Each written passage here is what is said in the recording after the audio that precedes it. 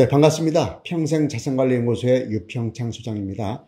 한 달 동안의 경제 이슈와 자산관리에 대해서 알아보는 맛있는 경제 브런치 시간입니다. 자, 이번 달의 토픽을 이렇게 잡아봤습니다. 한국은행의 기준금리 우물쭈물 갈팡질팡 이렇게 잡아봤는데요.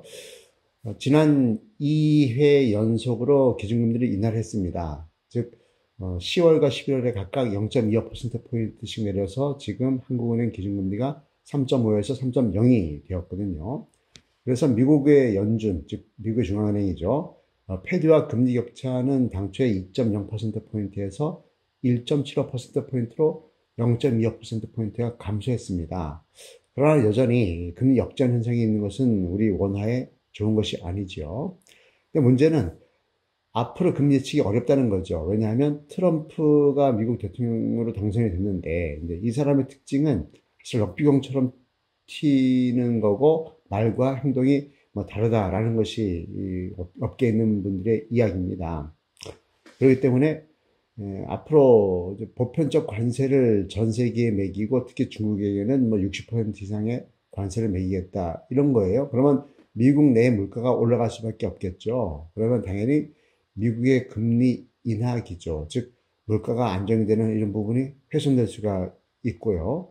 그리고 우리나라는 미국 경제의 사실 그림자와 같은 그런 입장이거든요. 그렇기 때문에 우리나라도 지금 물가가 안정되어 있는 상태에서 다시 물가가 올라갈 수 있는, 즉 환율로 인해서 물가가 올라갈 수 있는 이런 리스크가 있는 거거든요. 근데 한국은행의 고민은 두 가지 토끼를 다 잡는 거예요. 하나는 부동산 가격을 안정화시키는 겁니다. 그러면 금리를 높여야 되거든요, 거꾸로. 또 반대로 경기가 요새 안 좋죠. 자영업자도 어렵고, 뭐, 기업도 어렵습니다. 그러다 보니까 물가를 낮춰서 경기 침체를 예방해야 되는 거거든요. 근데 이거 두 가지가 사실 모순되는 그런 정책이거든요. 그러면 자칫 두 마리 토끼를 다 놓칠 수도 있다. 이런 우려가 있는 거고요. 앞으로 미국의 연준의 금리 정책이 흔들리면 우리나라 한국은행도 덩달아 흔들릴 수 있다. 이게 좀 문제인 것 같습니다. 지켜보도록 하겠습니다.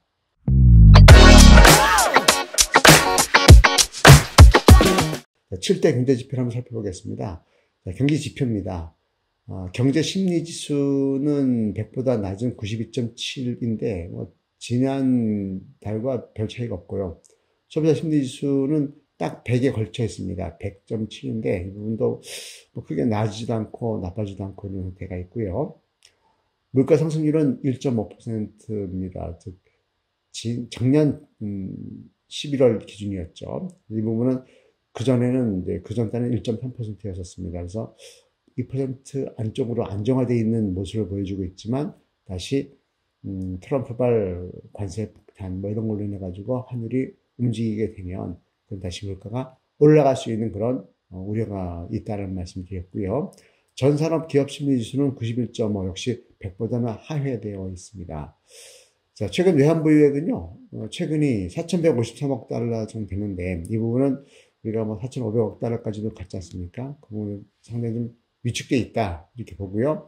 그리고 최근에 환율이 만만치 않죠. 1,400원 후반, 중반, 뭐 이렇게 뚫리는 분위기인데, 이럴 경우에는 우리나라 외환보유액으로 커버하기가 어렵습니다. 왜냐하면 외환보유액의 대부분은 미국 국채처럼 장기 자산에 묶어놨거든요.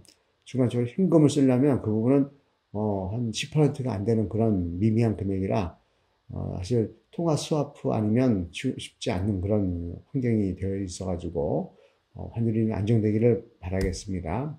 주가지수 보겠습니다. 11월 캔들 차트 월봉 기준입니다. 코스피와 코스닥은 각각 3.92% 그리고 8.73%가 내렸습니다. 우리나라 주식시장이 별로 안 좋죠. 미국의 다우존스와 나스닥은 각각 7.54%와 6.21%가 올랐습니다. 여전히 전 세계에서 가장 뜨거운 주식시장은 미국이다라고 볼 수 있고요.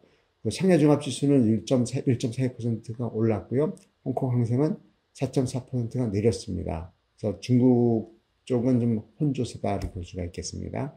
금리 보겠습니다.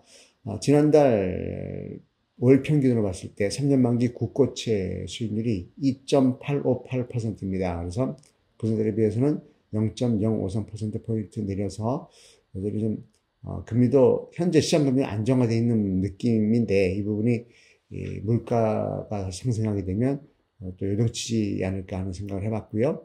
상호저축은행의 예금금리가 3.43%로 해서 조금 내린 모습을 보여줬고요.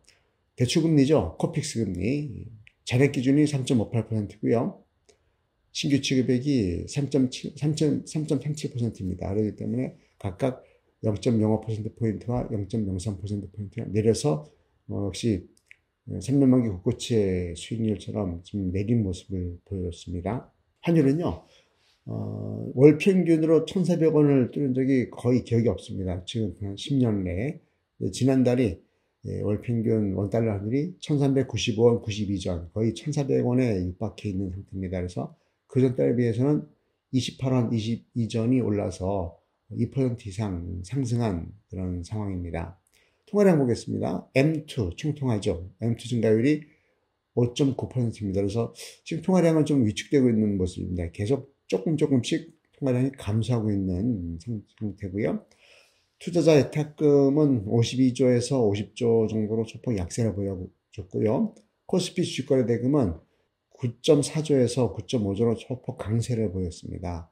주식형 펀드 잔액은 120조 정도로 이렇게 보합세를 보여주고 있습니다. 원자재 보겠습니다.